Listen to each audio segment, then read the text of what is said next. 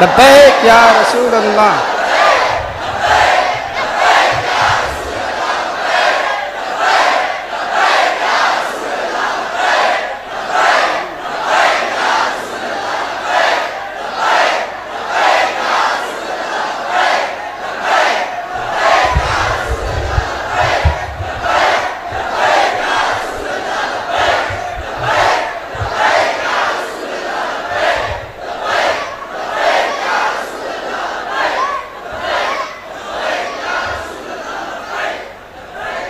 मिंबरे नूर पर जलवाबार गुले गुलजारे बरकातियत आबरूए खानवादे बरकात हम सुन्नियों की शान और समरे अहले सुन्नत व जमाअत हुजूर सय्यदी व मुर्शिदी ताजुल मशाइख अमीन मिल्लत अदामल्लाहु इक़बालुहु और मेरे असातिज़े किराम खुसूसियत के साथ फ़ख्रुल अमासिल हज़रतुल अल्लाम मुफ्ती ज़ुबैर अहमद साहब क़िबला मुरब्बी व मोहसिन शफ़ीक़ उस्ताद हज़रत अल्लामा अब्दुर्रब मिसबाही साहब, असातीन मिल्लत उलमाए इस्लाम, हाज़िरीन अहले सुन्नत व जमात, अस्सलामु अलैकुम व रहमतुल्लाहि व बरकातुहू। अल्हम्दुलिल्लाहि व कफ़ा व सलामुन अला हबीबिहिल मुस्तफ़ा, अम्मा बअद, फ़अऊज़ु बिल्लाहि मिनश शैतानिर रजीम, बिस्मिल्लाहिर रहमानिर रहीम। क़ुल हल यस्तविल्लज़ीना यअलमून वल्लज़ीना ला यअलमून, सदक़ल्लाहु मौलानल अज़ीम। बारगाह रिसालत मुआब सल्लल्लाहु तआला अलैहि वसल्लम में एक बार दुरूद पाक का हदिया पेश करें।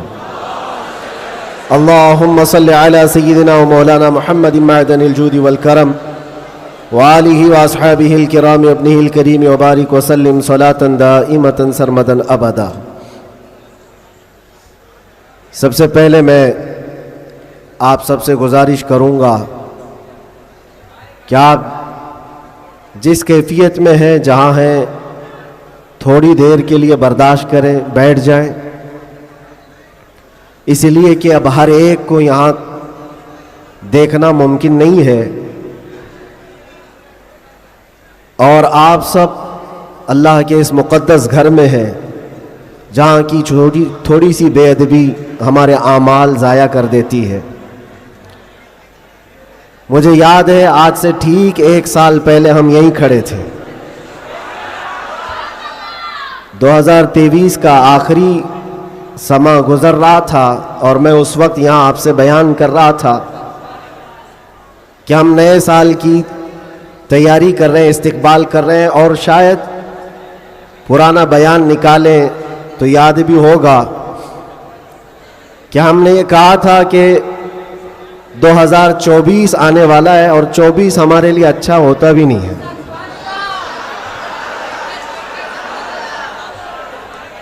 हमने उसको डबल 12 कहा था। बहरहाल जैसे तैसे 24 तो गुजर गया, लेकिन आला हज़रत का 25 आने वाला है। अब तो दौर हमारा होगा इंशाअल्लाह। 24 के बाद ही 25 आता है।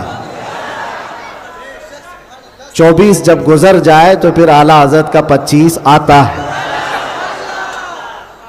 मेरे अजीज़ों, आज का ये दिन फिर हम नए साल के इस्तकबाल के लिए खड़े हैं। वही हुजूम है, बल्कि उससे कई गुना ज़्यादा। जिन लोगों को ये लगता है कि इस धार को उंगली दबा करके रोक दिया जाए तो ये मुमकिन नहीं है। कुछ बात तो है कि मिटती नहीं हस्ती हमारी, कुछ बात तो है कि मिटती नहीं हस्ती हमारी। सदियों रहा है दुश्मन दौरे ज़मा हमारा। और ये इकबाल ने हमको बेखौफ किया है, बुज़दिली नहीं सिखाई। और ख़ास तौर पर उलमा इस्लाम और तलबा इस्लाम यहाँ मौजूद हैं। ये कोई नई बात नहीं है जो कुछ हम आज देख रहे हैं, ये हमारी परंपरा चली है और दस्तूर ऐसा ही चला है। बातिल से डरने वाले आसमां नहीं है हम, 100 बार कर चुका है तू इम्तिहान हमारा, और तौहीद की अमानत सीनों में है हमारे, आसान नहीं मिटाना नामो निशान हमारा, आसान नहीं मिटाना नामो निशान हमारा।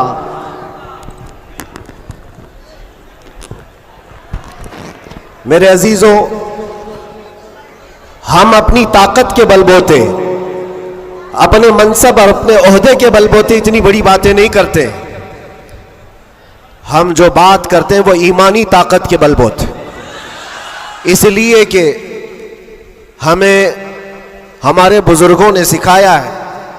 आपकी नॉलेज के लिए मेरे असातिज़ा के बारगाह में मैं ये अर्ज करूंगा, एक लंबे गैप के बाद, तकरीबन 10 महीने हो गए, मैं जलसे जुलूस नहीं किया। 8 महीने तो अंदर था और 10 महीने के बाद मैं परसों पहला जलसा किया और स्टेज का पहला जलसा किया, और वो भी गुजरात में किया। सुभान अल्लाह, सुभान अल्लाह। और कोई ढकी छुपी बात नहीं है कि छुप करके चोरी से किया। मेरे अजीजों, ये मेरे लिए अल्लाह तबारक व तआला का इनाम भी है और तारीकी ये सच्चाइयां हैं। इस्लाम को तुम जहां से रोकना चाहते हो वहीं से ये फैलता भी है। आज जा करके देखो, यूरोप, अमेरिका, सबसे कसरत से वहां पर अगर कोई दीन फैल रहा है तो वो इस्लाम है। उसकी वजह क्या है? उसकी वजह भी यही है, इस्लाम की फितरत में कुदरत ने वो लचक दी है, जितना ही दबाओगे उतना ही वो उभरेगा। सुभान अल्लाह, सुभान अल्लाह। अल्लाह की बारगाह में ये दुआ भी करता था कि हमारे दीनी कामों पर कोई फर्क ना पड़े। रब तबारक व तआला ने मेरे लिए जो मैदान कुशादा फरमाया, मैंने अभी 3 दिन पहले के जलसे में, ये बाज़ाहिर वैसे तो सब डरते हैं अभी, उलमा भी और ख़ास तौर पर मेरे असातिज़ा सब इस बात से थोड़े बहुत अपने अंदर सहमते हुए, मुझे लेकर के, मेरी सिक्योरिटी को लेकर के। लेकिन मेरे अजीज़ों, जो बोलने के लिए अल्लाह ने मुझे ज़ुबान अमानत में दिया है, वो जान बचाने के लिए नहीं, दीन बचाने के लिए। क्या बात है, क्या बात है। सईदना सरकार इमाम हुसैन रज़ी अल्लाह ताला अन्हु की बारगाह में भी मैं पिछले साल मारेरा मुतहरा में था, उर्स के मौके पर, और हमारे चाहने वाले बहुत सारे मौजूद, खुसूसियत के साथ मुकर्रिर शहीर सैयद अमीन साहब मुझसे कह रहे थे, आपको लेकर के हम बहुत ज़्यादा खौफजदा रहते हैं, डरते हैं, बहुत ज़्यादा डरते हैं कि आपका होना बहुत ज़रूरी है कौम के लिए, नौजवानों के लिए। उस वक्त मैंने ये बात अर्ज़ की थी, सैयदना सरकार इमाम हुसैन का उम्मत में होना कितना ज़रूरी था। वाह वाह। उनसे बढ़कर के तो कोई ज़रूरी था नहीं, बावजूद उसके सैयदना इमाम हुसैन ने अजीमत का रास्ता इख्तियार किया और करबला के मैदान में पहुंच गए। मैं ये बात यहाँ पर छेड़ा इसलिए कि मैंने 3 दिन कबल ये बात भी कही थी, मुझे टॉन्ट मार करके, ताना मार करके कुछ लोगों ने बार बार ये पूछा था, अंदर भी बाहर भी, कि कैसा लगा अंदर का माहौल, वापस आओगे गुजरात, दोबारा आओगे गुजरात। मैं उस वक्त ये कहा था, हम उनकी नस्ल में हैं जो कैसर और किसरा से भी नहीं डरते। क्या बात है, वाह वाह वाह वाह वाह। आपको पता है अल्लाह तबारक व तआला की ये जमीन, ये रब्बे जुल जलाल की वसी व अरीज जमीन, जिसको हमने एक ही जुमले में यूं कहा था, पाए मुरा लंग नीस, जमीन खुदा तंग क्या नीस। बात है, वाह वाह। अभी तक तो अल्लाह ने मुझे लंगड़ा नहीं किया है, और जब तक पांव सलामत है हर जमीन पर जाएंगे। और कोई भी गैर कानूनी काम अगर हम कर रहे हो तो डरना चाहिए। देश के खिलाफ, मुल्क के खिलाफ, कानून के खिलाफ किसी गतिविधि में, किसी एक्टिविटी में हम मुलविस हैं तो डर डर करके, सहम सहम करके रहना चाहिए। अल्हम्दुलिल्लाह एक बाल बराबर भी हमारे अंदर डर इसीलिए नहीं आया कि हमने कभी कोई खुफिया प्लानिंग नहीं की है। जो बात करनी है वो नामूसे मुस्तफ़ा की, वो 4 लोगों में भी कहते हैं और 4000 में भी कहते हैं। बेशक बेशक। पहली अब शुरुआत मैं यहां से करता हूं, इसलिए कि आज अगरचे मैं 4-5 दिन से बीमार हूं, लेकिन इतना मजबूत करंट यहां पर मौजूद है। क्या बात है, क्या बात है। इतना मजबूत जो पूरे बर्रे सगीर को करंट सप्लाई कर रहा है। बेशक बेशक। और ये करंट का ट्रांसफार्मर ऐसा है कि यहां से जो सप्लाई होता है वो सीधे बगदाद से आता है। सुभान अल्लाह। और यहां से जिसकी तार जुड़ी है वो बगदाद से मदीने पहुंचता है। बेशक बेशक। और जिसकी तार कटी है तो फिर वो बेनूर ही रहता है। मैं आपको बता रहा हूं, शुरू के दिन थोड़ी सी बात कहूंगा, उसके बाद मैं अपने मौजू पर आता हूं। आज से तकरीबन 3 साल गुजर गए होंगे। हमारे मुल्क का माहौल बड़ा ही अजीब हो गया था, जगह जगह गुस्ताखियां आप सबने भी सुनी और दिल महसूस कर रह जाता था। हालात बड़े पेचीदा होते चले जा रहे थे। उस वक्त एक पाखंडी जो बारगाह मुस्तफा में बार बार भोंकता था, जज्बात हमारे सुनकर के इतने बेकाबू हुए थे। हमने कोई मंसूबा बंद या प्लानिंग के तहत नहीं, हमारे जज्बे और वजद में ये ऐलान किया था कि बहुत हो गए इनके साथ मुनाजरे करना, डिबेट करना, आओ मैदान में उतरते हैं और देखते हैं, तुम भी आग में कूदो, हम भी आग में कूदते हैं। याद होगा ये जज्बात में, वजद में और हुजूर की मोहब्बत में कही हुई बात थी। हमने कोई प्लान नहीं किया था, कहना था कह दिया। और वो तो 40-50 लोगों के बीच में कही हुई बात थी। महीने के बाद पता चला कि इस बात को अल्लाह ने पूरी दुनिया में पहुंचाया। क्या बात है, वाह वाह। हर जगह, हर इलाके में पहुंचाया, और जिसको पहुंचना था उस तक तो बराबर पहुंची। क्या बात है, क्या बात और फिर बाद में हमको पता चला कि हमने कुत्ते की दुम पर बराबर पांव रखा है। वाह वाह। अब सुनिए, मैं ये बात क्यों छेड़ रहा हूं, आज ये बात मुझे अर्ज करनी क्यों पड़ रही है। जज्बात में, वजद में कही हुई बात तो थी, लेकिन जब सामने से जवाब आया कि हाँ हम आने को तैयार हैं, तो फिर सोचना भी हुआ। अब मीटिंग भी होने लगी, सब लोग आने भी लगे, कुछ तो हमें डराने भी लगे, डराए भी थे। क्या होगा तुम्हारा, इतना बड़ा ऐलान कर दियो, जल जाओगे, मर जाओगे तो करोड़ों मुसलमानों का ईमान क्या होगा। बहुत सारे मामलात थे। मैं उस वक्त फिर सोचने पर मजबूर हुआ। मैंने मेरे बाप के लिए, मेरी मां के लिए, मेरे खानदान के लिए तो नहीं कहा, उस हक रसूल के लिए कहा जिससे रोशनी तो सूरज भी पाता है। बेशक।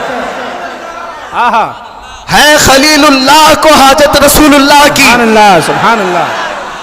अब दिल में ये वसवसे भी तो आते, इंसानी फितरत का तकाजा है। घबराहट भी थी, मैंने बहुत बड़ा ऐलान तो नहीं कर दिया, क्या ऐसी बात होना चाहिए, नहीं होना चाहिए, इस पे तो बहुत सारे तबसरे भी थे। मैंने ये बातें कभी कही नहीं, इसलिए कि हालात थे, हुए, गुजर गए, लेकिन मैंने कभी कहा नहीं। आज इसलिए कह रहा हूं कि यहां करंट ज्यादा है। क्या बात है, इसलिए कह रहा हूं, उस वक्त घबराहट, वसवसे भी, अलग अलग किस्म की बातें, लॉकडाउन का माहौल अलग, मेरे घर पर अलग पहरेबंदी, ये सारे मामलात में जानते हो मेरे अजीजों, उस वक्त जब कभी घबराहट के शिकार होकर, बेकाबू होकर हम कुछ सोचने के लिए या कुछ मशवरे के लिए इधर उधर निगाहें उठाते हैं तो हर कोई डरा भी रहा है, अलग अलग मशवरे भी दे रहा है। बड़ी हिम्मत के साथ मारारा मुतहरा के इस अजीम ट्रांसफार्मर पर मैंने कांटेक्ट किया। क्या बात? हुजूर अमीन मिल्लत की बारगाह में मैंने अर्ज किया कि हुजूर बात ऐसी है, नामूसे मुस्तफ़ा की बात है और हुजूर की इज्जत की बात है। गरीब है, फकीर है ये आदमी, मेरे पास ना इल्म की दौलत ना मेरे पास अमल की दौलत, मैंने तो ऐलान कर दिया और मैं जाना चाहता हूं दिल्ली। आप क्या फरमाते हैं? बड़े बड़े पीरों की बात अलग है मेरे अजीजों, सब कंफर्ट जोन में बैठने वालों की बात नहीं करता, बड़े शाहाना कुर्सियों पर बैठ करके लोगों में अपना रौब जमाने वालों की बात नहीं करता।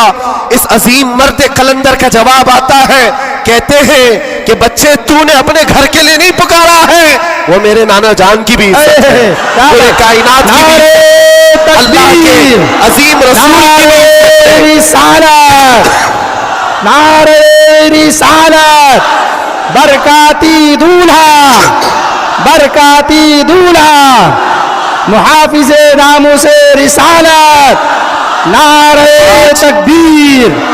वाह, बात यहीं पर खत्म नहीं होती कि अगर कह दिया कि तूने ऐलान कर दिया अच्छी बात है, जाओ अल्लाह ताला तुम्हारी हिफाजत करेगा, मैं यहाँ बैठकर दुआ करता हूँ। नहीं, इस उम्र में ठंडियों के आलम में कहा कि बेटा तुम वहां से निकलो, मैं माररा से अपनी तबर्रुकात लेकर दिल्ली पहुंचूंगा। वाह वाह वाह वाह वाह वाह वाह, बहुत वाह,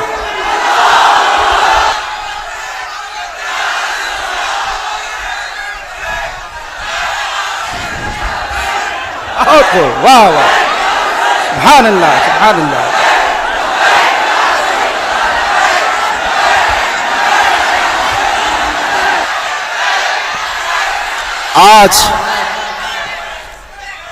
आज ये बात इसीलिए अर्ज कर रहा हूं, कैसे आकाओं का बंदा हो रजा, बोल बाले मेरी सरकारों के। सुभान अल्लाह, सुभान अल्लाह। मैंने उसके बाद फोन रख दिया और उसके बाद सबसे कहा कि अब किसी बात की फिक्र नहीं है, अब टेंशन नहीं है, अब कोई फिक्र की बात नहीं और डर की बात नहीं।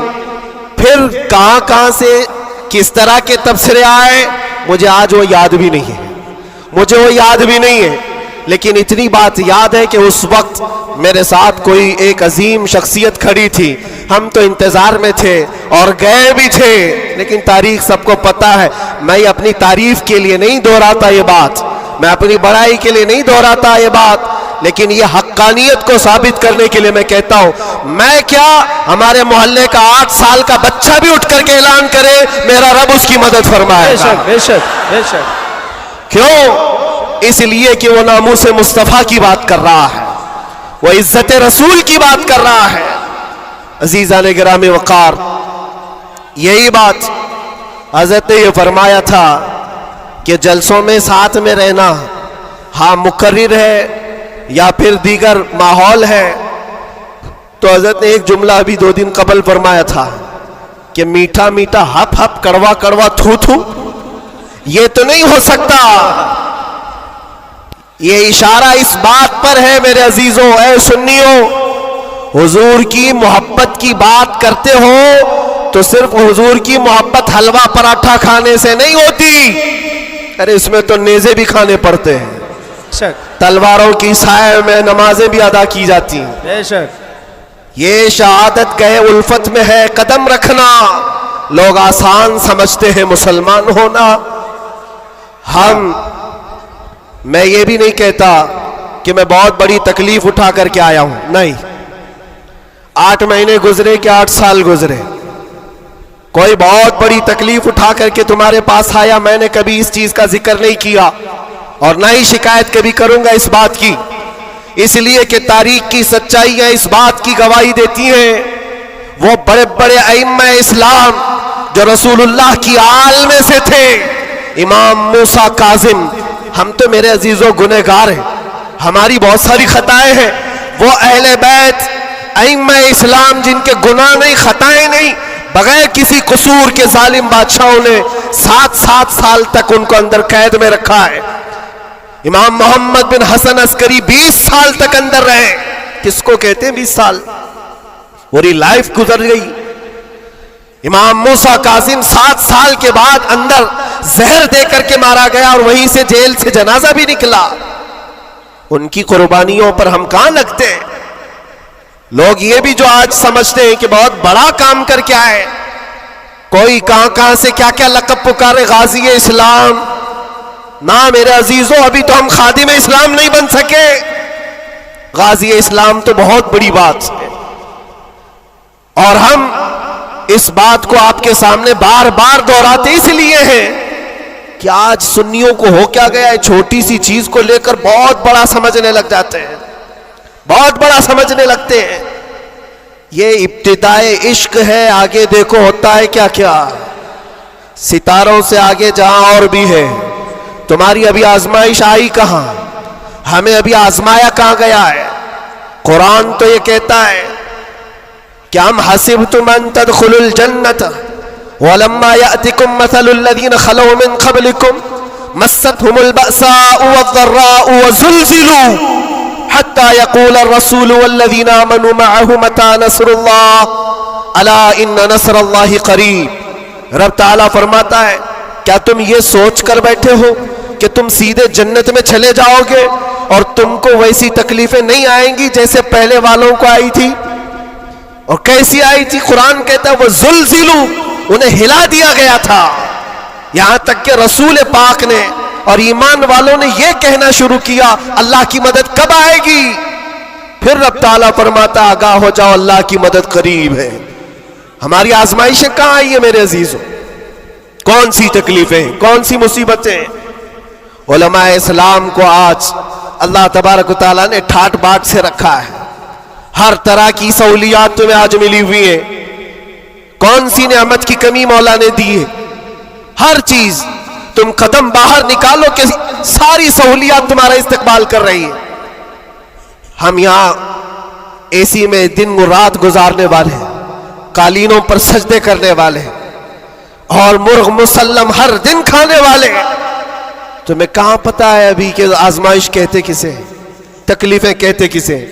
मैंने तो सिर्फ एक चख करके देखा है 8 महीने में, फिर अंदाजा हुआ, चखा है बस, चख करके आए कि 8 महीने पत्थरों पर उन्होंने सुलाया था तो लगता कैसे है, कैसे लगता है? खाना और पानी के लिए जो आज हमारे इर्द गिर्द लोग हाथ धुलाएं, रुमाल दे पोंछने के लिए, हर चीज की खिदमतगार हो, और जब वहां बदतमीज लोग और जालिम लोग लाइन में खड़े करके सूखी रोटियां देते हो तो फिर अंदाजा होता है लगता कैसे है। ये छोटी सी चीज हमने चख करके देखा है, वो रोटियां देखी जिससे इंसान का गला कट सकता है। मेरे अजीजों, ये सब बातें इसलिए अर्ज कर रहा हूं कि अभी इम्तिहान बाकी है हमारे। अगर नामों से मुस्तफा की बात करते हो तो फिर इन सब चीजों के लिए तैयार रहो, इन सब चीजों के लिए तैयार रहो। और एक बात मैं बताता हूं, ये बाहर मजमों में बैठ करके बात करना बहुत आसान है, और अंदर तकलीफें सह करके फिर ये बात करो। मेरे अजीजों, कभी कभार घबराहट ऐसी होती थी, कुछ कैदी लोग आकर कहते थे कि सच में अल्लाह है? ऐसे सवाल, अल्लाह है, सुनता है? और उस वक्त कोई आयत उनको बताने में भी हमें ऐसा लगता। एक कैदी से मैंने कहा, इन्ना मअल उसरि युसरा, हर तकलीफ के बाद आसानी अल्लाह का वादा है। झट से उसने कहा, मौलाना 16 साल हो गए, अभी कब आएगी वो आसानी? हमारे पास क्या जवाब है? ये तकलीफें सह करके फिर आयतों पर यकीन करना, ये बहुत बड़े कमाल की बात। यहां बाहर बैठ करके जो तसल्ली की बातें करें, मेरे अजीजों, बहुतों को हमने देखा है, बहुतों को जान भी देंगे, गर्दन भी कटा देंगे, बहुत सारी बातें। इसी से अंदाजा हो जाता है जो सुबह बिस्तर नहीं छोड़ सकता वो क्या गर्दन कटाएगा, जो नमाज के लिए अजान को लब्बैक नहीं कहता, वो जान की बात कहां है?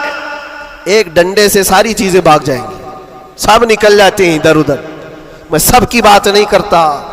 आजमाइशें जिस वक्त आएंगी मेरे अजीजों, इस्तिकामत ये किसी छोटे मोटे चीज का नाम नहीं है। अल्लाह ताला फरमाता है, इन्नल्लज़ीना क़ालू रब्बुनल्लाह सुम्मा इस्तक़ामू, बेशक वो लोग जिन्होंने ये कहा हमारा रब अल्लाह है, फिर उस पर जमे रह गए, ततनज़्ज़लु अलैहिमुल मलाइका, उन पर फिर फरिश्ते उतारे जाते हैं, फरिश्ते उतारे जाते हैं। मेरे अजीजों, यहां बड़ी बड़ी बातें कहने के लिए मैं नहीं खड़ा, बस इतनी बात कहूंगा कि हालात के तनाजुर में जो आज तुम्हारे लिए सबसे बड़े चैलेंजेस हैं, उसमें तुम्हें खरे उतरने की जरूरत है। तुम सिर्फ अपने मोहल्ले के नुमाइंदे नहीं हो। ये जो सरों पर टोपियां और दाढ़ियां हैं तुम्हारे चेहरों पर, तुम किसी मस्जिद के ही मुसल्ली नहीं हो, बल्कि पूरी कायनात में अल्लाह ने तुम्हें खैर उम्मत बनाया है। सब इंसानों के लिए तुम रहबर हो, रहनुमा हो। तुम्हारे अखलाक हर कोई आज देख रहा है। तुम एम्बेसडर हो किसके? रसूल पाक के। तुम तर्जुमान हो अखलाक रसूल के। अगर आज तुम नहीं उठोगे और ये अखलाक नहीं दिखाओगे, तो इससे सिर्फ तुम्हारे घर का नहीं, पूरे दीन इस्लाम का, आगे आने वाली नस्लों का बहुत बड़ा खसारा है, बहुत बड़ा नुकसान है। नौजवानों से मैं बार बार ये अपील करता आया हूं, ऐ नौजवानों उठो, उठो, वो घर ना हश्र ना होगा फिर कभी, दौड़ो के जमाना चाल अपनी चल गया है। और दहर में इसमें मोहम्मद से उजाला कर दो, कुव्वते इश्क से हर पस्त को बाला कर दो। आज तुम्हारे सिर्फ खड़े होने की देर है। किस चीज के लिए खड़े होने की देर है? जब जब मैं ऐसी बातें करता हूं तो हमारे जो रिश्तेदार कलम कापी लेकर बैठे, उनको लगता है ये जंग के लिए बुला रहे हैं, अभी तलवार भाले नेज़े की बात कर रहे हैं। मेरे अजीजों, तुम्हारे लिए सबसे बड़ा हथियार इश्क मुस्तफा है, इश्क रसूल है, मोहब्बत मुस्तफा है। और जब वो किसी के अंदर आ जाता है तो फिर उसके अखलाक से वो नजर भी आता है, उसके अखलाक से वो नजर आता है। जाहिल आशिक रसूल नहीं बन सकता। आशिक रसूल इल्म की तरफ बढ़ता है। जाहिल और ऐसा बदअकीदा जो दावा करता हो हुजूर के गुलाम होने का, अगर उसकी जुबान में सच्चाई नहीं है तो वह आशिक रसूल है ही नहीं। अल्लाह के नबी सल्लल्लाहु ताला अलैहि वसल्लम ने फरमाया, मेरे गुलामों में से जितने हैं, अगर कोई मुनाफिक हो तो मुनाफिक के अंदर दो आदतें जमा नहीं हो सकती। हुजूर पाक सल्लल्लाहु अलैहि वसल्लम फरमाते हैं, दो आदतें मुनाफिक के अंदर नहीं आ सकती। वो कौन सी दो आदतें हैं? अच्छे अखलाक। ये अच्छे अखलाक, ये सिर्फ हंस करके मिलना, इसको अच्छे अखलाक नहीं कहते, वो बहुत लंबी इसकी एक तशरीह है। अच्छे अखलाक मुनाफिक के अंदर नहीं आ सकते। और दूसरी चीज, अल्लाह पर तवक्कुल और रसूल की हर बात पर यकीन, ये मुनाफिक के अंदर नहीं आ सकती। मैं आपसे पूछता हूं, अल्लाह रब्बुल इज्जत की हर बात पर आपको यकीन है? रसूल पाक के हर फरमान पर यकीन है? बेशक, बेशक। अगर यकीन है तो ये जुबान से बोलने की बात क्या है? फिर तुम्हारा अमल कहां है? इसीलिए सैयदना अबू बकर शिबली रहमतुल्लाह ताला अलैह, सिलसिला कादरिया के बड़े बुजुर्ग हैं, गौसे पाक के दादा पीरों में आते हैं। आप कहते हैं मेरी जिंदगी का सबसे कठिन सवाल, सबसे मुश्किल सवाल ये है, अगर किसी ने मुझसे पूछ लिया क्या तुम हुजूर पाक सल्लल्लाहु अलैहि वसल्लम से मोहब्बत करते हो, वो कहते हैं मेरे लिए सबसे कठिन सवाल है। अभी मैं पूछूं तो सब हाथ भी उठाएंगे, सब उठा देंगे। हुजूर पाक सल्लल्लाहु अलैहि वसल्लम से मोहब्बत है, यानी सब चिल्ला के बोलेंगे है। लेकिन हजरत अबू बकर शिबली कहते हैं ये मेरे लिए इसका जवाब सबसे मुश्किल है। कहा इसमें क्या मुश्किल है? आप फरमाते हैं अगर ना कह दिया तो ईमान चला जाएगा, अगर ना कह दिया तो ईमान चला जाएगा, और अगर हां कहूं तो मेरे आमाल उसके मुताबिक नहीं, झूठा पड़ जाता हूं, दिल मलामत करेगा। जुबान से तू रसूल पाक की मोहब्बत की बात करता है, कहां है तेरे अमल? अजीजा ने गिरामी वक़ार, ये दो आदतें मेरे आका फरमाते हैं मुनाफिक के अंदर नहीं आ सकती, अच्छे अखलाक और अल्लाह उसके रसूल पर यकीन कामिल। यकीन से ही तो आरी होता है मुनाफिक, यकीन उसका खत्म हो चुका होता है। यहां अभी लक्की ड्रॉ शुरू हो जाए और चीट पे चीट होते रहते, हर साल होते रहते, फिर भी उसमें घुसते भी रहते। लाख का 2 लाख बनाना है, अभी देखो कितने आ जाएंगे। और कैसे कैसे चीटर लोगों पर यकीन करते हैं। और 2-4 लोगों ने बोल दिया कि नहीं मेरा भी डबल हुआ है, सब आ गए, लाइन लग जाती है, कई कई 100 करोड़ खा करके चले जाते हैं। इन पर तुम्हें यकीन है? और मुस्तफा करीम सल्लल्लाहु ताला अलैहि वसल्लम ने फरमाया, तुम सुबह अपनी नींद को छोड़कर, बिस्तर कर छोड़कर अपने घर से वजू करके मस्जिद की तरफ निकल कर आए, 2 रकात नमाज अदा कर लिया। हुजूर पाक सल्लल्लाहु अलैहि वसल्लम फरमाते पूरी दुनिया की दौलत से ज्यादा कीमती है। सुभान अल्लाह, सुभान अल्लाह। यकीन है इस पर तो इन्वेस्ट करो। अगर हुजूर पाक सल्लल्लाहु अलैहि वसल्लम की हर बात पर यकीन है तो इन्वेस्ट करो इसमें। आज यही तो बात है, ये सबसे बड़ा चैलेंज है। मुनाफिकत आने लग गई है, बुज़दिली कहां से आती है? अल्लाह उसके रसूल की हर बात पर यकीन कामिल हो जाए बंदे को, तो फिर वो मुनाफिक नहीं रहता, वो ईमान वाला होता है। और फिर मुसीबतें तो आएंगी, लेकिन मुसीबतें उसका कुछ नहीं बिगाड़ सकती। हजरत अबू हुरैरा रज़ियल्लाहु ताला अन्हु की हदीस है, फरमाते हैं अगर मुझ पर 10 पहाड़ भी नाजिल हो जाएं, उतर जाएं, तब भी मैं खौफज़दा नहीं होता, डर नहीं है मुझे। कहा क्यों? कहा कुरान की एक आयत मेरे लिए काफी है। पूछा कौन सी आयत? फरमाते अल्लाह फरमाता है कुल लन युसीबना इल्ला मा कतबल्लाहु लना हुवा मौलाना व अला अल्लाहि फल्यतवक्कलिल मुमिनून। फरमाते हैं अल्लाह ने अपने नबी से कहा है, ऐ महबूब आप फरमा दें हरगिज हमको कोई मुसीबत नहीं आती, उतनी ही आएगी जितना अल्लाह ने लिखा है। सुभान अल्लाह, सुभान अल्लाह। उतनी ही आएगी जितनी अल्लाह ने लिखा है। और फिर आगे रब ताला फरमाता हुवा मौलाना, वही हमारा मददगार है, वही हमारा मददगार है। व अला अल्लाहि फल्यतवक्कलिल मुमिनून, और मोमिनों को चाहिए कि अल्लाह ही पर भरोसा करें। बड़े बड़े लोगों को देखा, लेकिन कैद के दौरान, जेल के दौरान कुछ छोटे छोटे लोगों ने हमें बहुत कुछ सिखाया। गुजरात के एक छोटे से गांव का रहने वाला कैदी आ गया था, मानसिक संतुलन बिगड़ा हुआ था। घर वाले भी चाहते थे अंदर ही रहे, छुड़ाना भी नहीं चाहता था कोई, उठा पटक ज्यादा करता था, जवान था और अंदर रहा। महीना गुजरने लग गया। वहां होता ऐसा, निजाम ऐसा है कि हर हफ्ते घर वालों की मुलाकात आ जाती, जालियों में, इधर से हम, बाहर से रिश्तेदार। हर कैदी के कोई, कभी माँ, कभी बाप, कभी भाई बहन, मुलाकात के लिए हफ्ते में एक मरतबा टाइम मिलता है 15 मिनट। लेकिन इस बंदे का कोई आता ही नहीं था, मिलने भी नहीं आए। महीना गुजर जाता, ये उठा पटक शुरू कर दे, लोगों को मारना। तो जेलर जो है घर को फोन लगाता उसके और कहता कि भाई तुम्हारा बेटा है, कभी तो आओ, मुलाकात लो उससे, सबको परेशान कर रखा है। और इसीलिए कि कैदियों की जो हालत बिगड़ती है तो ये बहुत बड़ा डेंजर मसला होता है, उनको संभालना। बाहर आप इधर उधर हुए तो अंदर डालेंगे, अंदर ही बिगड़ा तो फिर कौन सा अंदर, वो लास्ट मंजिल है। और इसीलिए वहां जाने के बाद डर भी निकलता है लोगों का, इसके बाद कहां जाना है, अब सीधे जन्नत है।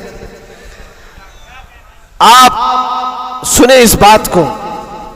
उसका बाप आया और कहा कि बेटा थोड़े दिन हो गए। इसने पूछा कब छुड़ाओगे मुझे, बेल कब होगी? छोटे से केस थे।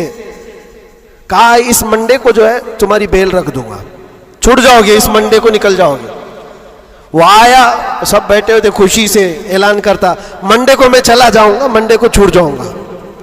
मंडे आया, ट्यूसडे आया, वेडनेसडे आया, फिर हफ्ता 2 हफ्ते उसका बाप आया ही नहीं। महीना गुजर रहा है, फिर ये उठा पटक शुरू करे। फिर फोन करके उसके बाप को बुलाया, आओ मुलाकात लो। बाप आया, फिर पूछा कब होगा अब्बा? कहा मैं थोड़ा सा काम में बिजी था, इस मंडे तो तेरा हो जाएगा, इस मंडे को हो जाएगा। ये आता और कहता फिर बेचारा, वहां तो ऐसे ही है, सब तिनके के सहारे पे ही रहते हैं। वकील बोलता इस डेट में होगा, हाँ ठीक है, उसके अलावा करे क्या? तो वो सबसे कहता इस मंडे को पक्का है। वो भी गया मंडे, फिर 1 महीना गुजरा, ये 6 महीने उसका बाप हर मंडे को ही बोलता था, बार बार आए, तवज्जो चाहता हूं। और हालत ऐसी हो गई 6 महीने के बाद वो बाप से मिलकर के अंदर आ रहा है, सारे कैदी खुद ही बोलने लगे इस मंडे को है ना तेरा। उसके बोलने से पहले ही कहते इस मंडे को बेल है ना, तुम्हारी जमानत होने वाली है। उसको हर्ट हो गया, तकलीफ हो गई। जब दिल पर किसी के चोट लगती है तो टूटे हुए दिलों की बहुत जल्दी सुनी भी जाती है। उसने झल्ला करके कहा था, गाली दे करके कहा था, क्रिमिनल था, गाली दे करके कहा था सबको, तुम लोग मेरा मजाक उड़ा रहे हो, मेरे बाप की वजह से या जेलर की वजह से मैं अंदर नहीं हूं, मेरा खुदा इतने दिन का लिखा है और जिस दिन लिखेगा तुम सब देखते रहोगे, मैं चला जाऊंगा। क्या बात है, वाह वाह। हमने सोचा ये कहां से इतना बड़ा ईमान आया, और इत्तेफाक से शनिचर के दिन वो अपने बाप से मिलकर के आया था, उसको चिढ़ाया गया था और वो बिफर करके इस तरह की बात किया था, और मंडे के दिन उसका बाप जमानत का बीड़ा लेकर आ ही गया, और वो हंसते खुशी से जा रहा था और कहा मैं नहीं कह रहा था, मेरा खुदा जब तक लिखा हुआ है तब तक मैं यहां रहूंगा, किसी के बाप की ताकत नहीं हमें अंदर रखने की। इसीलिए मैं कहता हूं मेरे अजीजों, जो भी मुसीबतें आएंगी, हमारा अकीदा है अल्लाह ने फरमाया उतनी पहुंचेंगी जितनी अल्लाह ने लिखा है, और मददगार भी वही है, मददगार भी वही है। मैं इससे कबल भी आपके यहां एक बात सुनाया था, हजरत सैयदना यूसुफ अलैहिस्सलातु तस्लीम के मुतालिक। आप जेल के अंदर 7 साल काट लिए, और दो कैदियों ने ख्वाब देखा था। हजरत यूसुफ अलैहिस्सलाम ने उनके ख्वाब की ताबीर बताई थी। एक उसमें मरने वाला था, एक छूटने वाला था। कुरान पाक में वाकया मौजूद है। जो छूटने वाला था उसको यूसुफ अलैहिस्सलाम ने कहा था कि मैं तेरे ख्वाब की ताबीर बता रहा हूं, छूट करके जाएगा तू, बादशाह बदल चुका है, जो मुझे कैद में डाला था अब वो नहीं है, मिस्र का बादशाह भी बदल गया, जाना और बादशाह से मेरी दरखास्त रखना कि मैं बेकसूर कई सालों से अंदर कैद में हूं। ये कैदी अपने ख्वाब की ताबीर के मुताबिक ही, उसने ख्वाब देखा था, उसकी ताबीर के मुताबिक छूट गया।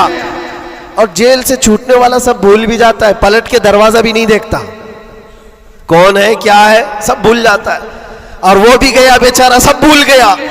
और बादशाह के सिपाहियों में ने मुसाहिबीन में, खास लोगों में शामिल हो गया। लेकिन उसको वो बात याद नहीं आई यूसुफ अलैहिस्सलाम ने क्या कहा था। यूसुफ अलैहिस्सलाम की जो दरखास्त थी बादशाह के पास, वो भूल गया, और बाज रिवायतों में फिर 7 साल गुजर गए बिना किसी गलती और कसूर के।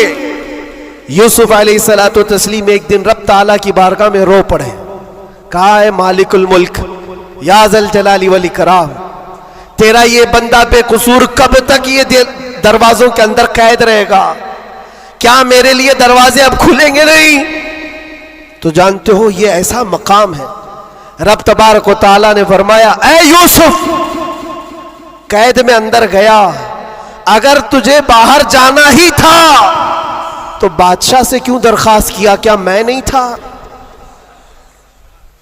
ये नबियों के लिए है मेरे अजीजों, आला ईमान है। हजरत यूसुफ अलैहिस्सलाम इस पर फूट फूट कर रोते रहे। हमारा भी यही हाल होना चाहिए। एक बात मुझे अल्लाह तबारक व तआला का इनाम है, मैं ये अर्ज करता हूं यहां पर गुफ्तगू, मैं जो चीजें शुरू किया था इसको यहां स्टॉप करता हूं। सारे लोगों ने दुआएं की, मुझे पता है, और सबसे ज्यादा मैंने हुजूर ताजुश शरिया को और हुजूर अमीन मिल्लत को ख्वाब में बार बार देखा, और हजरत ने अभी मुझसे कहा था कि हम सब परेशान थे, बहुत दुआएं करते थे।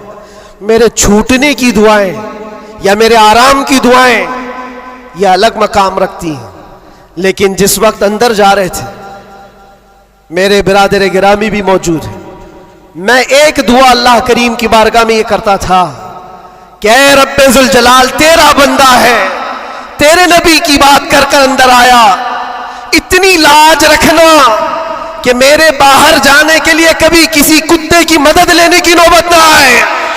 क्या बात है, वाह वाह वाह वाह। किसी जालिम की मदद लेने की नौबत ना आए, और रब तबारक व तआला ने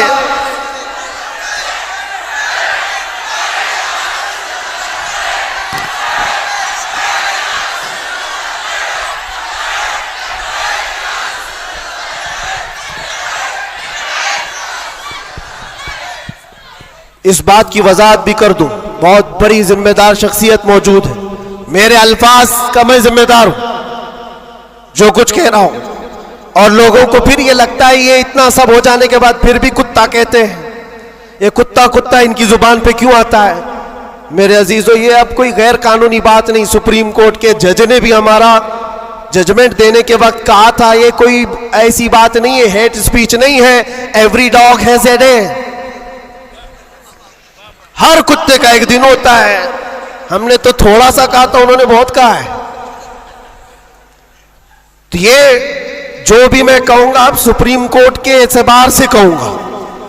और फिर मैं अभी तक तो कभी वो शेर को दोहराया भी नहीं, क्योंकि मैंने देखा है 5 साल के 6 साल के बच्चे सामने खड़े होकर के वही दोहरा रहे हैं। वाह वाह वाह। बल्कि मैंने तो ये भी देखा, अंदर कैदियों को जब बहुत ज्यादा तकलीफ देता था कोई, तो कहता था वही बात। वाह वाह। आज वक्त है तुम्हारा। क्या बात है। हर जगह पर खाना सही नहीं मिल रहा है तो भी वो कैदी यही पुकार कर कहते थे आज वक्त है, आज वक्त है। मेरे अजीजों, जितना ही तुम दबाओगे उतना ही वो उभरेगा। यह हम अपनी तारीफ के लिए, अपने घर के लिए नहीं बोलते। हमने कभी किसी कम्युनिटी को, किसी खास धर्म को या किसी खास मजहब को निशाना बनाकर कभी नहीं बोला। हाँ, मेरा ये मिशन है कि जो हुजूर पाक सल्लल्लाहु ताला अलैहि वसल्लम की इज्जत के लिए उंगलियां उठाएगा तो हम उसका जवाब देते रहेंगे। बेशक बेशक।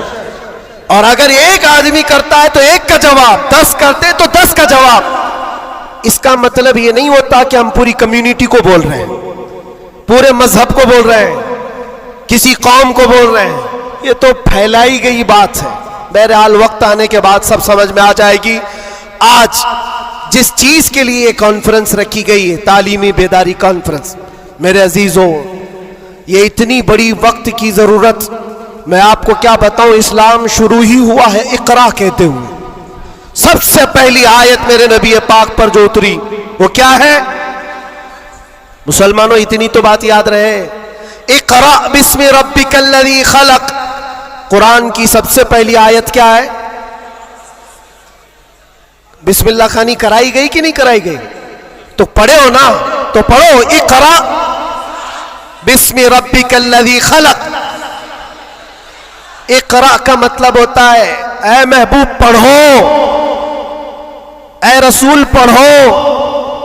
देखो, कुरान पाक में बहुत जगह पर अल्लाह ने कुल भी कहा, कहो, लेकिन जब सबसे पहली आयत आई तो उसमें कहा कुल नहीं, इकरा, पढ़ो अपने रब के नाम से। और एक बुजुर्ग ने बहुत अच्छी बात कही, ये उससे कहा जाता है पढ़ो। जिब्राइल अमीन आए, हुजूर पाक सल्लल्लाहु अलैहि वसल्लम से कहने लगे इकरा बिस्मि रब्बिकल्लज़ी खलक। 3 बार तो हुजूर ने नहीं पढ़ा था, सिर्फ वो इकरा इकरा कह रहे थे। चौथी बार जिब्राइल ने कहा इकरा बिस्मि रब्बिकल्लज़ी खलक, पढ़ो अपने उस रब के नाम से जिसने पैदा किया।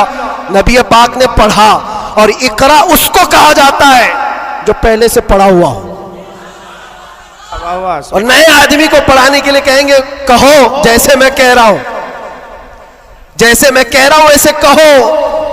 और भी एक बात, जो हुजूर पाक सल्लल्लाहु ताला अलैहि वसल्लम के मुतालिक बहुत सारी बातें मुस्तशरिकीन ने जो फैलाई, वो उम्मी थे।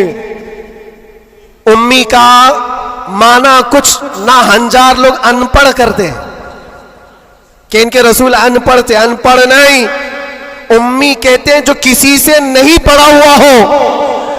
बेशक, उसका उस्ताद नहीं, लेकिन वो सबका उस्ताद है। सुभान अल्लाह, सुभान अल्लाह। अब एक बात तो मुझे बताओ, कुरान कहता है अर्रहमान अल्लमल कुरान खलकल इंसान, 3 आयतें। अर्रहमान, रहमान अल्लाह रब्बुल इज्जत, अल्लमल कुरान, उसने कुरान सिखाया। तीसरे नंबर पर है खलकल इंसान, उसने इंसान को बनाया। मुझे एक बात बताओ, रहमान दूसरे नंबर पर आए थे, उसने कुरान सिखाया। तीसरे नंबर पर आए थे, उसने इंसान को पैदा किया। इंसान को पैदा किया, ये तीसरे नंबर पर। कुरान सिखाया ये पहले, दूसरे नंबर पर। जब इंसान बाद में पैदा हुआ है तो कुरान सिखाया किसको? क्या बात है, वाह वाह। अर्रहमान अल्लमल कुरान, वो रहमान है जिसने कुरान सिखाया फिर इंसान बनाया। मुफस्सिरीन फरमाते हैं ये जो इंसान पैदा किया इससे मुराद आदम अलैहिस्सलाम है, और कुरान सिखाया इससे मुराद मोहम्मद रसूलुल्लाह। अल्लाह सुभान अल्लाह। और अब तबारक व तआला ने अपने नबी को उस वक्त इल्म दिया है जब अभी आदम को पैदा भी नहीं किया। मुअल्लिम कायनात की उम्मत हो मेरे अजीजों, मुअल्लिम कायनात की तुम उम्मत हो, और जाहिल रहना तुम्हें ज़ेब देता है? उस रसूल पाक की उम्मत हो जिसने पूरी कायनात को इल्म का इनकलाब दिया है। इल्म का इनकलाब। जब हुजूर पाक सल्लल्लाहु अलैहि वसल्लम मदीने तैयबा तशरीफ लाए थे, 6 लोगों को सिर्फ लिखना आता था, कलम पकड़ना कितने लोगों को आता था? 6 लोग। 10 साल का अरसा गुजरा हुजूर पाक सल्लल्लाहु अलैहि वसल्लम की वफात के वक्त 80,000 लोगों के हाथों में कलम था। सुभान अल्लाह सुभान अल्लाह। यह इनकलाब जिंदगी भर का कोई टीचर भी नहीं करता। वो रसूल पाक सल्लल्लाहु ताला अलैहि वसल्लम ने इल्म का अजीम इनकलाब पैदा किया था। और उस रसूल की उम्मत अगर जाहिल हो तो कैसे ज़ेब देता है? इसीलिए मैंने देखा है बहुत सारी जगहों पर बड़ी बड़ी तहरीकें चलती, लेकिन रसूल पाक सल्लल्लाहु ताला अलैहि वसल्लम का सच्चा जानशीन, उनकी आल व औलाद का ये सच्चा जानशीन मारारा मुतहरा का और खानवादे बरकात का चश्म चिराग ऐलान करता है आधी रोटी खाएंगे और बच्चों को। सुभान अल्लाह। ये सिर्फ मारारा का ऐलान नहीं है, रसूल पाक का मिशन है। यह इनकलाब है जो नबी पाक सल्लल्लाहु ताला अलैहि वसल्लम का लाया हुआ। अगर तुम जाहिल रहोगे, बेनूर रहोगे, जाहिल आदमी हलाल और हराम में तमीज नहीं कर सकता, जाहिल को कुफ्र और ईमान पता नहीं है, जाहिल कब गुमराह होगा उसे खुद पता नहीं चलता। इसलिए मेरे अजीजों, इल्म के बगैर इस्लाम भी नहीं है। इल्म के बगैर इस्लाम नहीं। आपको पता है दौरे जिहालत कहा जाता है इस्लाम से पहले वाले दौर को, और दौरे इस्लाम, इस्लाम के बाद। इस्लाम और जिहालत तो अपोजिट चीजें, ये कभी एक जगह आ नहीं सकती। आज उम्मत के अंदर हम देख रहे हैं कुछ लोगों को मैंने देखा अंदर, जिनसे पूछा गया पहला कलमा क्या है तो आए टाएं कर रहे हैं, नहीं पता है। तुम्हारे नबी कौन, ये भी नहीं पता। हम तो इस खुशफहमी में चल रहे हैं, जुम्मा में भीड़ है, जलसों में भीड़ है, सबकी टोपी है, सबको आता होगा। खंगालो तो कलमा भी नहीं आ रहा है। यूं ही ये मुसीबतें नहीं आ रही है मेरे अजीज, यूं ही हमको डराया और धमकाया नहीं जा रहा है। तुम्हारे अंदर इल्म की दौलत हो तो तुम अपने रब तबारक व तआला की जात पर यकीन कामिल के साथ जियोगे। आज दुल्मुल यकीन के साथ जो जीते वो जिहालत की वजह है, जिहालत है। और जो जिस तरह हाँकना चाहे आज हाँक रहा है तुम्हें। इल्म की तरफ आओ, इल्म की तरफ। हर बच्चे को आज पढ़ा लिखा हुआ होना जरूरी है, हर बच्चे को। और जब हम इल्म की बात करते हैं तो कुछ लोगों को ये लगता है मौलाना सिर्फ मदरसों में ले जाने की बात करते हैं, मदरसों में ले जाने की बात करते हैं। इल्म सिर्फ मदरसों की बात नहीं है। इल्म को जो फर्क किया गया है ना, ये दीनी इल्म है, ये दुनियावी इल्म है। अभी आपसे मैं पूछूं दीनी इल्म क्या है, दुनियावी इल्म क्या है, आप यही कहेंगे कुरान, हदीस, फिका, ये सारे दीनी इल्म है। साइंस, ज्योग्राफिक, फिजिक्स, केमिस्ट्री, ये दुनियावी इल्म है। ये गलत सोच है, गलत कॉन्सेप्ट है। दीनी और दुनियावी इल्म इस तरह से फर्क नहीं किए जाते। अगर आप कुरान का इल्म, हदीस का इल्म, फिका का इल्म पैसा कमाने के लिए हासिल कर रहे हैं तो ये दुनियावी इल्म है, वो दीनी इल्म नहीं। मदरसों में भी वो दीनी इल्म नहीं।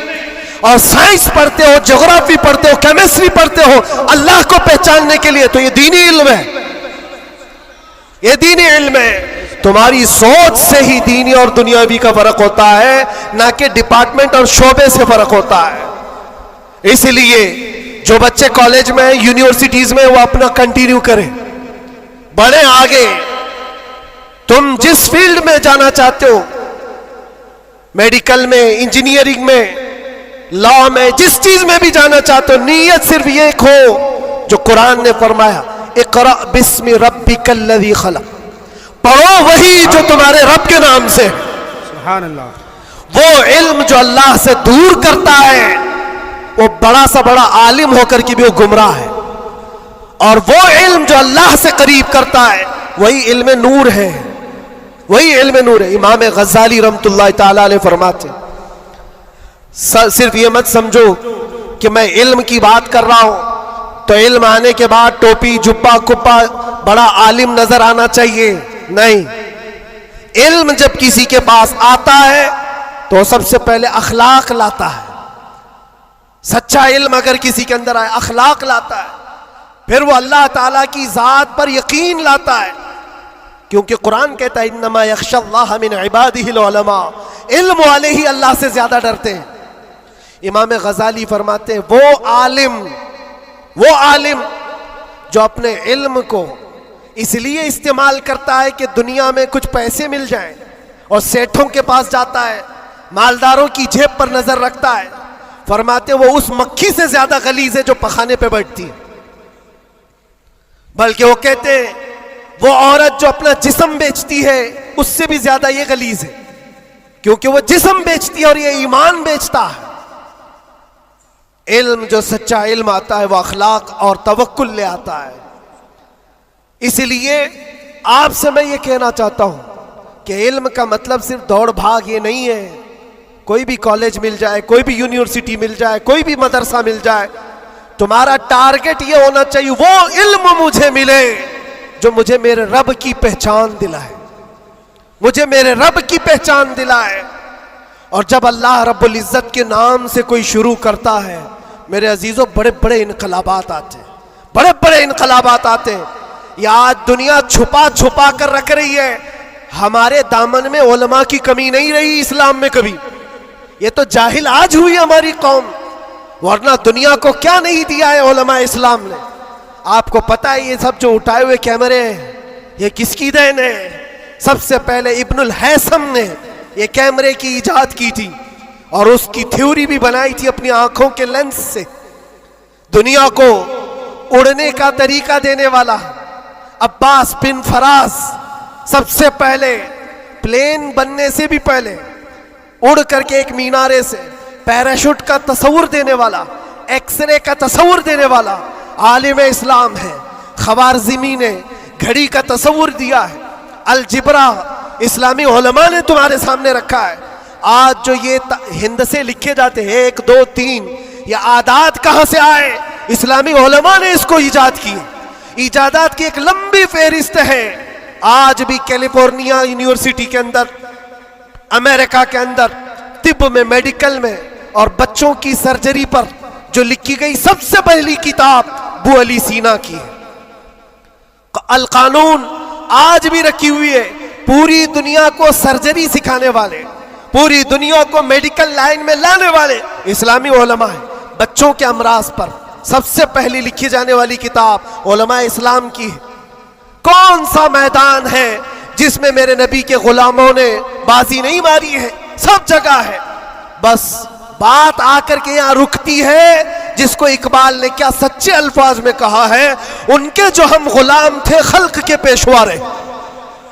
सुभान अल्लाह। खुलासा यही है, उनके जो हम गुलाम थे खल्क के पेशवा रहे, उनसे फिरे जहां फिरा फिर आई कमी वकार में। ये डोर जो कटी है तुम्हारी या धीमी हुई है, यहां से इज्जतों में कमी आई है। पढ़ना लिखना तुमने बंद कर दिया, ना इधर के है ना उधर के है। मेरे अजीजों, न मदरसों का इल्म रह गया, ना स्कूल कॉलेज का इल्म रह गया। ये तो इस्लाम का तकाजा नहीं है, इस्लाम नहीं चाहता है।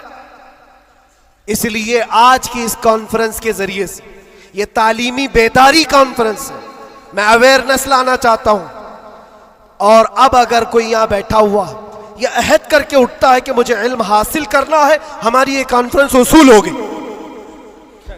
दिल में सोचते हो हासिल करना है, और इल्म की कोई उम्र नहीं होती। ये मत सोचना मेरी शादी हो गई, बच्चे हो गए, अब क्या पढ़ूंगा। अरे बूढ़े हो जाओ, दाढ़ी सफेद हो जाओ, तब भी तुम्हारे इल्म हासिल करने की उम्र नहीं जाएगी। सैयदना उमर इब्ने खत्ताब जलीलुल कद्र सहाबी हैं, कहते मुझे सूरे बकरा पढ़ने में 12 साल लग गए।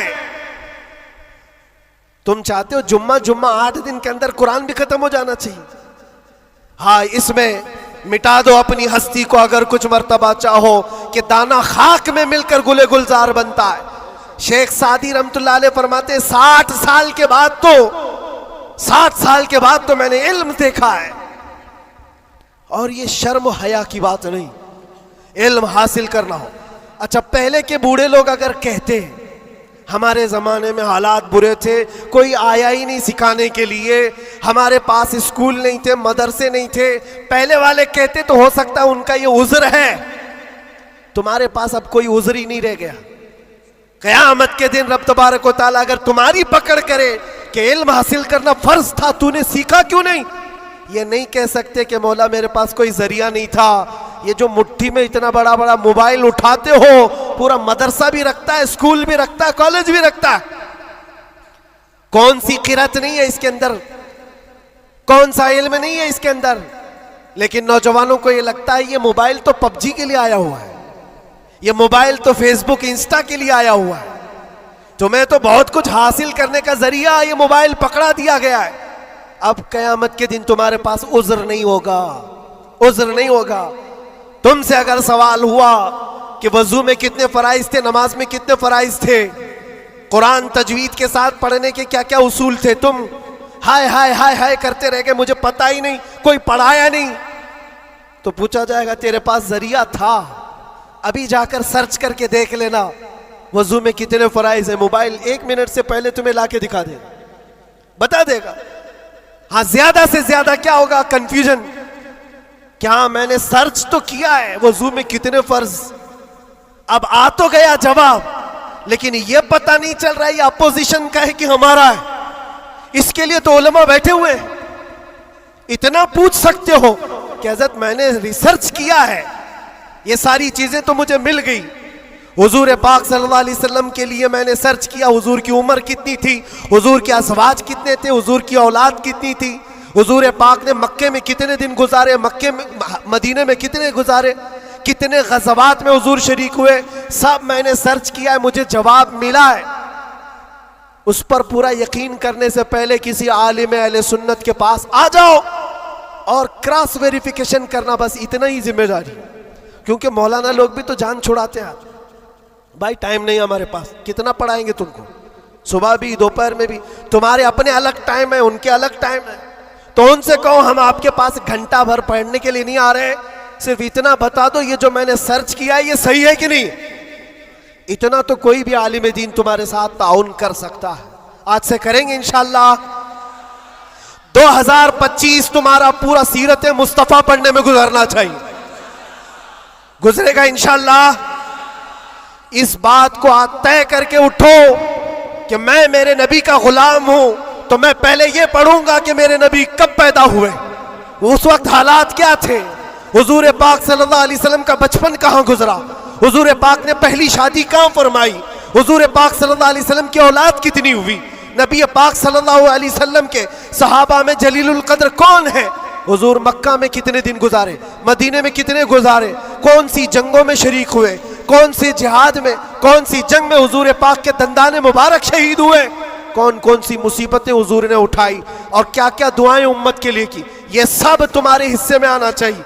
मेरे अजीजों, एक बात मुझे याद आती है, एक नौजवान का किरदार बड़ा अजीब था। मीलाद का दिन था 12 रबीउल अव्वल, शायद मैंने यहाँ दोहराया हो ये बात।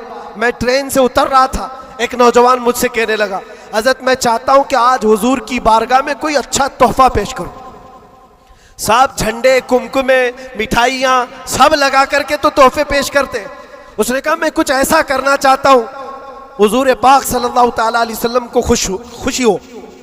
मैं उतर रहा था, अचानक ज़हन में बात आई, कहा अल्लाह के नबी के अखलाक ये थे कि वो बूढ़ों की मदद करते, उनका बोझ उठाते थे। मक्का में हुजूर मशहूर थे इस बात पर। हम उतर रहे हैं, देखो ट्रेन से कोई बूढ़ा उतर रहा, उसका सामान उठाकर पहुंचा दो, सुन्नत है ये भी। और आज 12 रबीउल अव्वल है, तुम हुजूर की बारगाह में खिराज अकीदत पेश कर। ये बात कहा और मैं भी गुजर गया। वो जवान एक बूढ़ी औरत 2 बड़े बड़े शॉपर लेकर आ रही थी, उसके पास गया और कहा कि अम्मा जी मुझे दो, मैं उठाता हूँ। वो पहले तो घबराई, कहा कि तू क्यों उठाएगा, तू कुली है क्या है, मेरा सामान क्यों? नहीं दूंगी, नहीं दे रही थी। और क्यों दे अजनबी को कोई? इसने इसरार किया, अम्मा जी दे दो, उठा लूंगा। कहा इतना क्यों कह रहा है बेटा, तू सामान लेके भागना है, क्या करना है? उसने साफ साफ समझा दिया, अम्मा जी बात यह है, आज 12 रबीउल अव्वल की तारीख है, हमारे प्रॉफेट मोहम्मद सल्लल्लाहु अलैहि वसल्लम का जन्मदिन है और उनकी आदत थी कि वो बूढ़े लोगों का बोझ अपने हाथ उठाते थे।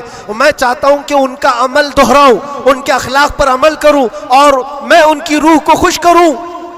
बूढ़ी के दिल में बात आ गई, कहा ले ले बेटा, तू तेरे नबी की बात कर रहा है, आज तुम्हारा कोई त्योहार का दिन है, ये करना है तो करो। वो शॉप पर लेकर के गया, उसको जहां तक पहुंचाना था पहुंचाया। ये बात आई गई, गुजर गई। हम भी तो सोचते हैं कि छोटी सी बात है। 6 महीने गुजर जाने के बाद, 6-7 महीने के बाद, उस नौजवान ने मुझसे कहा कि हजरत वो बूढ़ी औरत जिसका मैं सामान उठाया था, वो अभी राब्ते में, कांटेक्ट में है, अभी आई और कह रही है कि बेटा 6 महीने गुजर गए, अब तक मैं तेरे नबी का बायोडाटा ही पढ़ रही हूं, वाह वाह वाह। अब तक मैं उनके अखलाक ही पढ़ रही हूं। कहा क्यों? कहा तेरे उस अमल ने मुझे इतना मुतासिर किया कि इस जमाने का कोई जवान, अरे मेरे बेटे मेरे पोते नहीं आए मुझे लेने, किसी और का बेटा मेरा सामान उठा रहा है, इसके अंदर इतना असर कहां से आया? और जब तूने बताया ये तेरे नबी के अमल है, मैंने सोचा कि उस नबी को क्यों ना पढ़ूं। पढ़ते पढ़ते मैं इस मकाम पर पहुंच गई। बताओ तेरा नबी कहां है, मैं भी जाऊं गुलामी में शामिल हो जाऊं। वाह वाह वाह वाह, सुभान अल्लाह। तुम्हारे अखलाक से इनकलाब आ सकता है, तुम्हारी आदत से इनकलाब आ सकता है, लेकिन जब तुम खुद सीरत नहीं पढ़ना चाहते तो दुनिया तो फिर यही ताने देगी कि आतंकवादी है, ये दहशतगर्द है, इनके मुंह पर थप्पड़ मारने का तरीका यही है। हम तुम्हारी सर्टिफिकेट के मोहताज नहीं है, हम तुम्हारे बोले जाने से कुछ भी परवाह नहीं करते।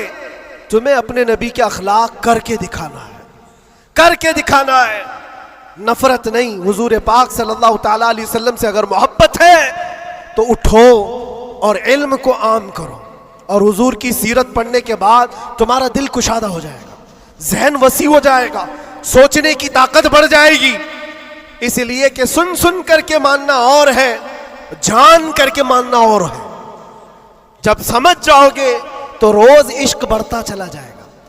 आप चाहते हो मेरे नबी पाक की मोहब्बत और आए, चाहते हो हुजूर का इश्क और बढ़े, सिर्फ और सिर्फ यह है कि हुजूर को पढ़ना शुरू करो, सीरत पढ़ो और इतना गुम हो जाओ, इतना गुम हो जाओ कि फिर तुम मुस्कुरा भी दो या चलने फिरने लगो तो दुनिया पुकार कर कहेगी इसके अंदर से मदीने की खुशबू आती। क्यों? पढ़ने वाला उसी में मलबूस हो जाता है। 3 घंटे फिल्म देख करके यहाँ नाटक करने लगता है आदमी। क्यों? इसलिए कि इंसान की फितरत ऐसी है, जो देखता है वो कैच करता है और उसी तरह करने की कोशिश करता है। और जब बार बार हुजूर की सीरत पढ़ोगे, दुनिया में बात वैसी करोगे जैसे मेरे नबी करते थे। बेशक बेशक। इसलिए बस बात इतनी है, बहुत मैं वक्त ले लिया, इसलिए इतना लंबा खींच रहा था कि 2025 आ जाए। वाह वाह वाह वाह, क्या बात है। आ गया अभी और अल्हम्दुलिल्लाह। और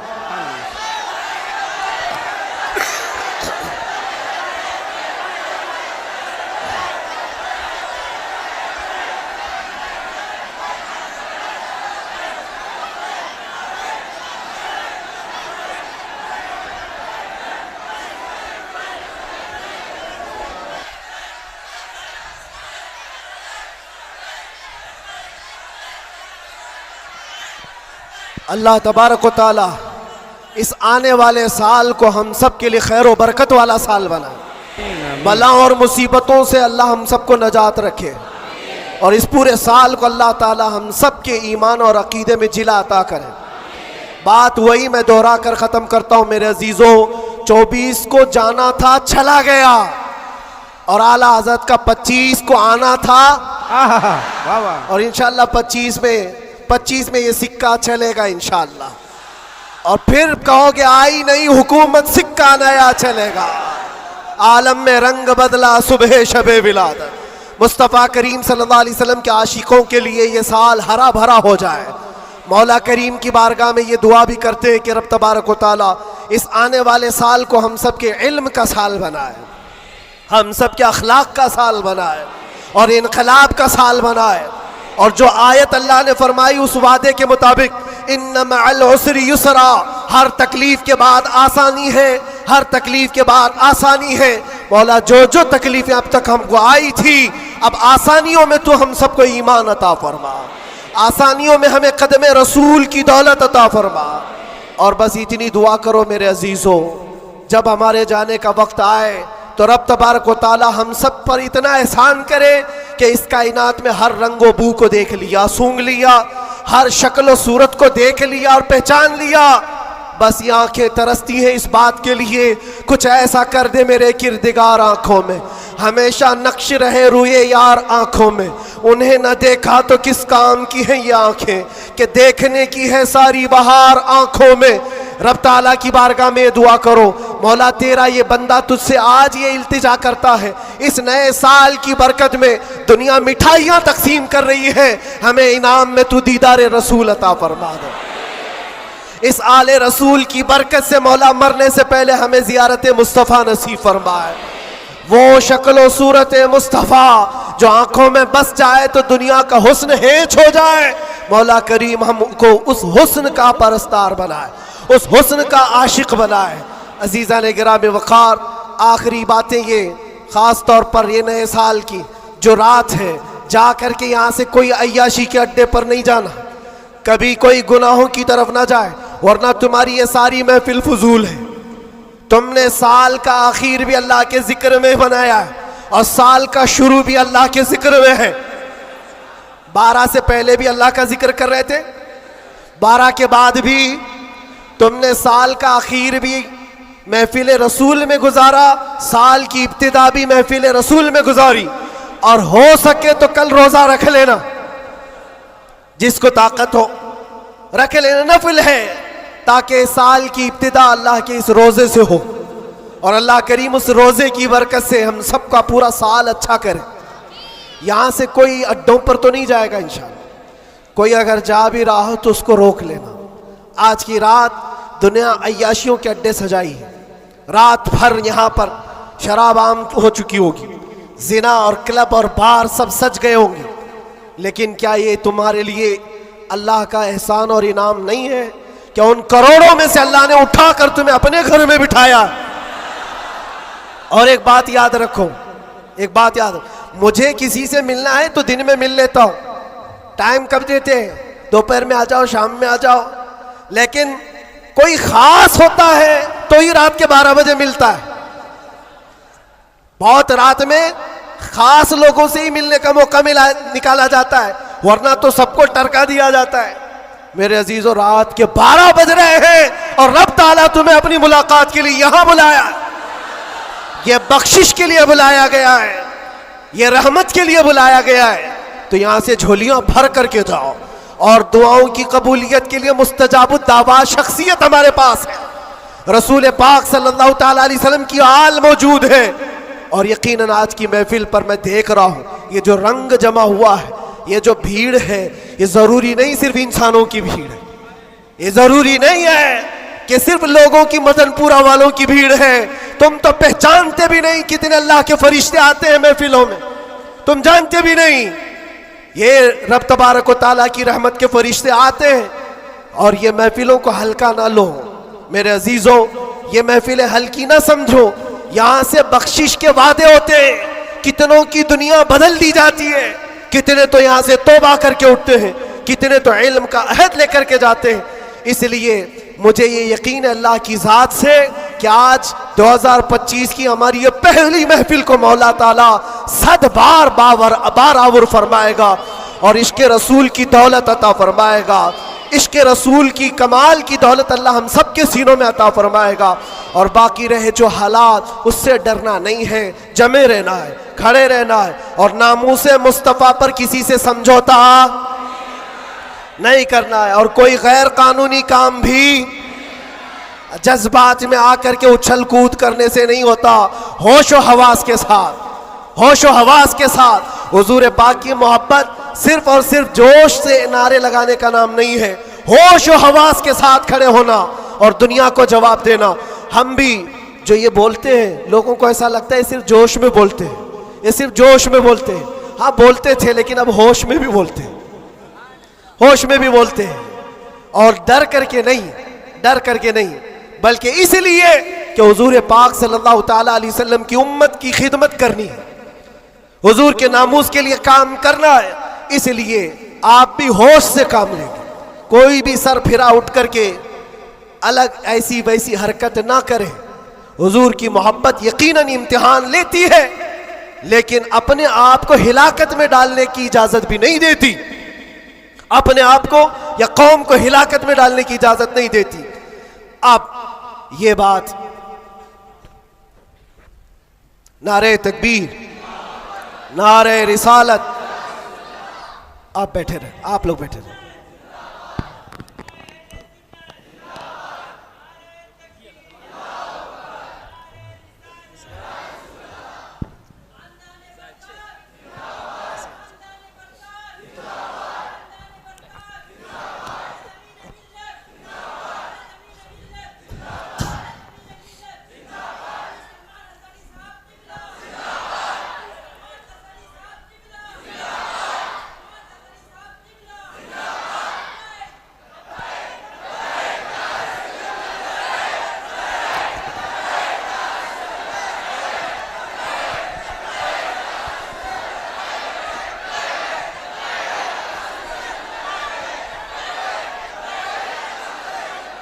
तवज्जो मेरे अजीज़ों, हमारी महफिल में अब आमद हो चुकी उस्ताजुल असातिज़ा,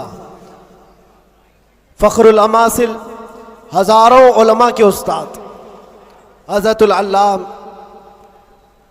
मौलाना मुफ्ती मसूद अहमद बरकाती साहब क़िबला, उस्ताद अल जामिअतुल अशरफिया मुबारकपुर, यहाँ पर तशरीफ़ है। हमारे दादा उस्ताद भी हैं और इंशाअल्लाहुल अज़ीज़ आप उनको सुनेंगे। और अब हमारा वक्त हो गया। मसला भी ये है, पानी जब आ जाता है तो तयम्मुम टूट जाता है। अब ये तयम्मुम था जो टेम्पररी आपके पास चल रहा था, अब पक्का पानी आपके पास है, आपको उन्हें सुनना है। बस इस शेर के साथ मैं अपनी गुफ्तगू को ख़त्म करता हूँ। लुब्बे लुबाब हासिल कलाम, खुलासा गुफ्तगू ये है कि मोहम्मद से वफ़ा तूने तो हम तेरे हैं। ये जहां चीज है क्या, ये सियासत चीज है क्या, ये जायदाद और दौलत चीज है क्या? अरे तो तुम्हारे लिए लौहो कलम है तो ये सब दुनिया चीज है क्या? लौहो कलम तेरे हैं, शर्त यह है कि तुम हुजूर पाक की गुलामी में आओ। मोहब्बत मुस्तफ़ा सिर्फ जुबानी नहीं, अमल से आओगे और उसके बाद फिर देखना हालात आएंगे और टकरा कर चले जाएंगे। थोड़ी देर की बात है, फिर मैं बात करूंगा तो शेर की तरफ आ जाऊंगा। बस यहाँ पर ख़त्म करता हूँ, कुछ देर की बात ही है। इंशाअल्लाहुल अज़ीज़ हमारा वक्त तो है ही और आएगा भी। इंशाअल्लाहुल अज़ीज़ हर चीज़ अच्छी होगी, क्योंकि अल्लाह का वादा है वलल आखिरतु खैरुल लक मिनल ऊला। अल्लाह ने कुरान में फरमाया। लोगों को ऐसा लग रहा था कि ये मैंने शेर में चैलेंज किया, दावा किया है, ये रब का ऐलान है। अल्लाह ने अपने नबी से कहा है, ऐ रसूल आपका हर आने वाला साल, हर आने वाला वक्त पहले से ज्यादा बेहतर होगा। आने वाला वक्त पहले से ज्यादा बेहतर होगा। फिर इंशाअल्लाह हम अल्लाह के इस फरमान पर क्यों नहीं कह सकते हमारा दौर आएगा, है और आएगा इंशाअल्लाह। अल्लाह करीम हम सबको कहने सुनने से ज्यादा अमल की तौफीक अता फरमाए।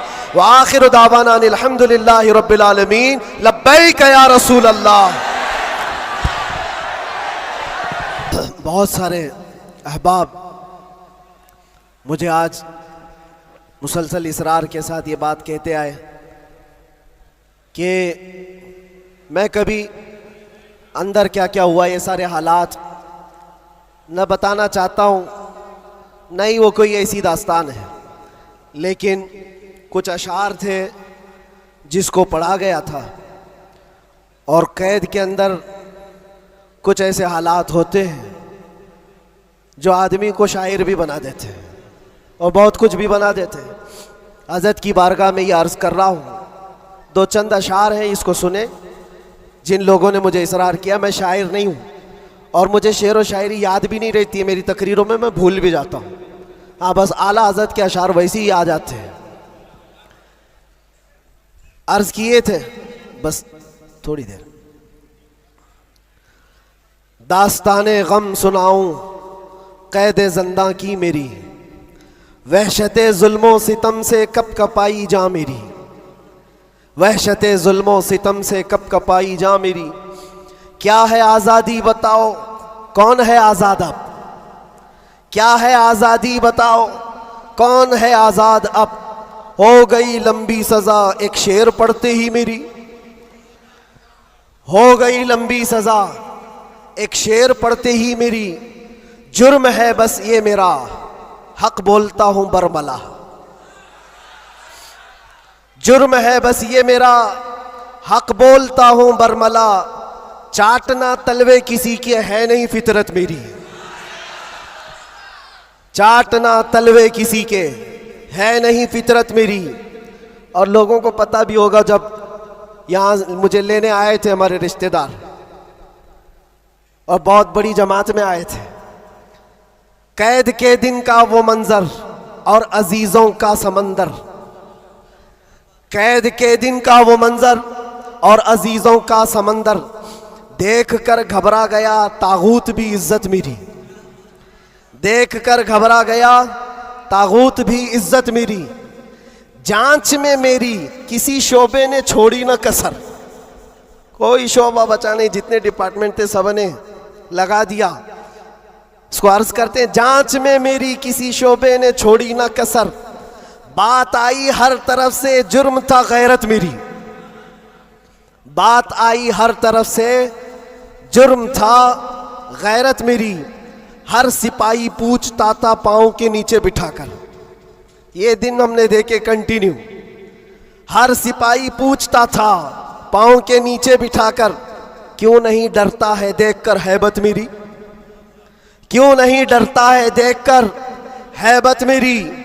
बोलता मैं साहब जी क्या कहूं लग जाएगी, बोलता मैं साहब जी क्या कहूं लग जाएगी। आज है बस वक्त तुम्हारा याद रखना बात मेरी, आज है बस वक्त तुम्हारा याद रखना बात मेरी।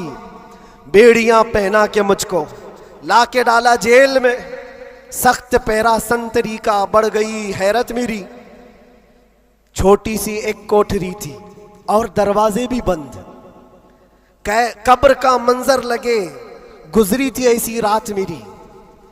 रात थी कटती नहीं, दिन लगे हफ्ते के भर, रात थी कटती नहीं, दिन लगे हफ्ते के भर। कैदियों को देखकर बढ़ती थी फिर वहशत मेरी। जी कभी खाने को करता ही नहीं था जेल में, जी कभी करता ही नहीं था, जी कभी खाने को करता ही नहीं था जेल में। यूं भी हर दिन हो गई रोजे की आदत मेरी, यूं भी हर दिन हो गई थी रोजे की आदत मेरी। अहले खाना की वहां पर याद आती थी बहुत, और अजीजों की मोहब्बत जो कमाई थी मेरी। मेरे उस्ताद और भाई, मेरे शागिर्द और अजीज जेल में आए थे मिलने, लग रही थी ईद मेरी, जेल में आए थे मिलने, लग रही थी ईद मेरी। कैद का गम जब बढ़े तो याद करता था मैं ये, कैद का गम जब बढ़े तो याद करता था मैं ये। बुजुर्गों से सख्त बढ़कर थी नहीं हालत मेरी, बुजुर्गों से सख्त बढ़कर थी नहीं हालत मेरी। गिर के सजदे में खुदा से गिड़गिड़ाता था बहुत, जानता है वो ही बस एक कैद की हालत मेरी। मुस्तफ़ा को याद करना थी मेरे गम की दवा, मुस्तफ़ा को याद करना थी मेरे गम की दवा। गम बदल जाते खुशी में देखकर किस्मत मेरी, गम बदल जाते देखकर किस्मत मेरी। फख्र है इस बात पर कैदी बना उस नाम पर। लब्बैक या रसूल अल्लाह। फख्र है इस बात पर, कैदी बना उस नाम पर। ये तो है सुन्नत बिलाली, बन गई किस्मत मेरी। ये तो है सुन्नत बिलाली, बन गई किस्मत मेरी। उसके बाद फिर हमने जमकर ये कहा था, हाथ में बेड़ी ही क्या, डाल दो गर्दन में भी अब। हाथ में बेड़ी ही क्या, डाल दो गर्दन में भी अब। है उन्हीं के नाम का सब जिंदगी और मौत मेरी। है उन्हीं के नाम का सब जिंदगी और मौत मेरी। जब हुआ एहसास मुझको, जब हुआ एहसास मुझको, बात का जंदान में, इस बात का जंदान में, छट गया गम और डर, फिर बढ़ गई जुरत मेरी। छट गया गम और डर, फिर बढ़ गई जुरत मेरी। और आखिरी शेर, इसलिए करता है ऐलान झूम कर सलमान अब। ये खुलासा है और पूरी दास्तान इसमें है। इसलिए करता है ऐलान झूम कर सलमान अब। जेल थी ना कैद थी, बढ़नी थी बस इज्जत मेरी।